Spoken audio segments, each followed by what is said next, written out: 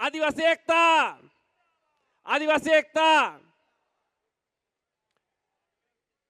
મહુવા પંચ આયોજિત કાર્યક્રમમાં ઉપસ્થિત આપણા વિસ્તારના ધારાસભ્ય શ્રી મોહનભાઈ, આપણા ખાસ મહેમાન એવા ચૈતરભાઈ, વાંસદાના ધારાસભ્ય શ્રી આનંદભાઈ, આદરણીય વડીલો, વાહ બણિયા, પોહા પોહિયા, આયતે પોહે ટોહે, બધા મારા જોહાર રાખે થાય.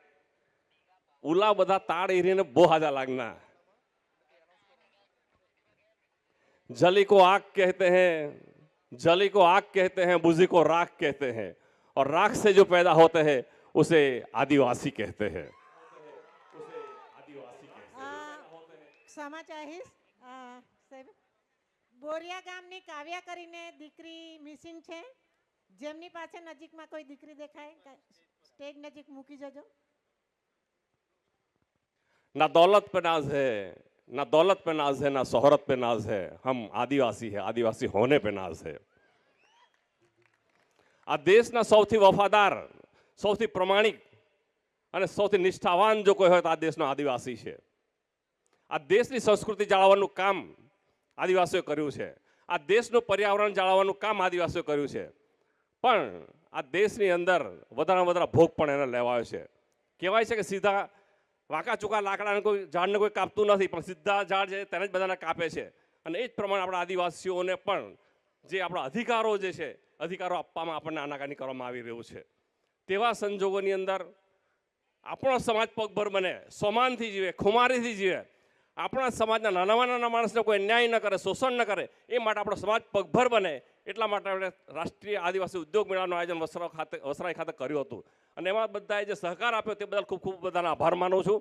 અને નવી પેઢી ખૂબ જ આગળ વધે, પગભર બને, એના માટે આપણા પ્રયત્નો રહેશે. અને આ કાર્યક્રમમાં ગુજરાત સરકાર, માનનીય મોહનભાઈ ધારાસભ્ય શ્રી, નરેશભાઈ, જયરામભાઈ ગામિત, પ્રભુદાસ વસાવા સાહેબ, બધાએ જે સહકાર આપ્યો તે બદલ એમનો પણ ખૂબ ખૂબ આભાર માનું છું.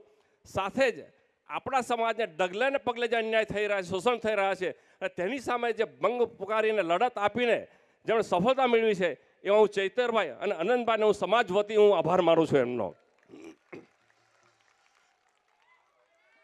હજુ તો આપણે ઘણો બધો જંગ ખેલવાનો બાકી છે. આજે આટલી બધી નોકરીઓ છે, પણ નોકરીની અંદર આપણું આદિવાસી સ્થાન કોઈ જગ્યાએ નથી. 40% કટ ઓફથી છેલ્લા 2 વર્ષથી હજારો નોકરીઓથી આપણા લોકો વંચિત રહ્યા છે. અડધી ઉપર સીટો ખાલી જાય છે. આપણી બંધારણીય જોગવાઈ હોવા છતાં પણ એક બાજુ ખાનગીકરણ વધી રહ્યું છે, બીજી બાજુથી આપણા બોગસ દાખલાઓ 1 લાખ જેટલા ચારણબાર જે બોગસ દાખલાઓ ત્યાં નોકરીથી માંડીને ડૉક્ટરના લાભો લઈ રહ્યા છે, તેમને કાઢવાની જરૂર છે. અને તેવા સંજોગો જે આપણા કાયદા બન્યા છે જાતિ પ્રમાણપત્રના, ખૂબ જ કડક કાયદા, અને એનાથી ખોટા પ્રમાણપત્રો બનાવતા અટકી ગયા છે. તો કોઈ પણ સંજોગોની અંદર એ જાતિ પ્રમાણપત્રના જે નિયમો છે એમાં છૂટછાટ મળવી જોઈએ નહીં. અને જો છૂટછાટ મળશે તો લાખો બીજા આદિવાસીઓ અંદર આવશે અને આપણા જે પ્રમાણપત્ર એનો પણ કોઈ મતલબ રહેશે નહીં. તો આ સંજોગોની અંદર આપણા અધિકારો બચાવવા માટે આપણા સમાજે જ મહેનત કરવી પડશે, સમાજે સંગઠિત બનવું પડશે. રાજકીય પાર્ટીઓ પાર્ટીનું કામ કરે છે. આજે તમને સાચી વાત તમને જણાવું તો જ્યારે સમાજ એકત્રિત થશે તો બધી પાર્ટીઓ આપણી પાસે આવશે. તેવા સંજોગો આપણા સમાજનું એક થવું ખૂબ જ જરૂરી છે. અને આજે મને જણાવતા આનંદ થાય છે કે સમાજની આટલી બધી તાકાત જોઈને આજે તમામ પાર્ટીના તમામ ધારાસભ્યો ઉપસ્થિત છે. અને એના માટે હું એમનું જો શ્રેય આપવાનું થાય, મહુવા આદિવાસી પંચનો હું એમનું શ્રેય આપું છું.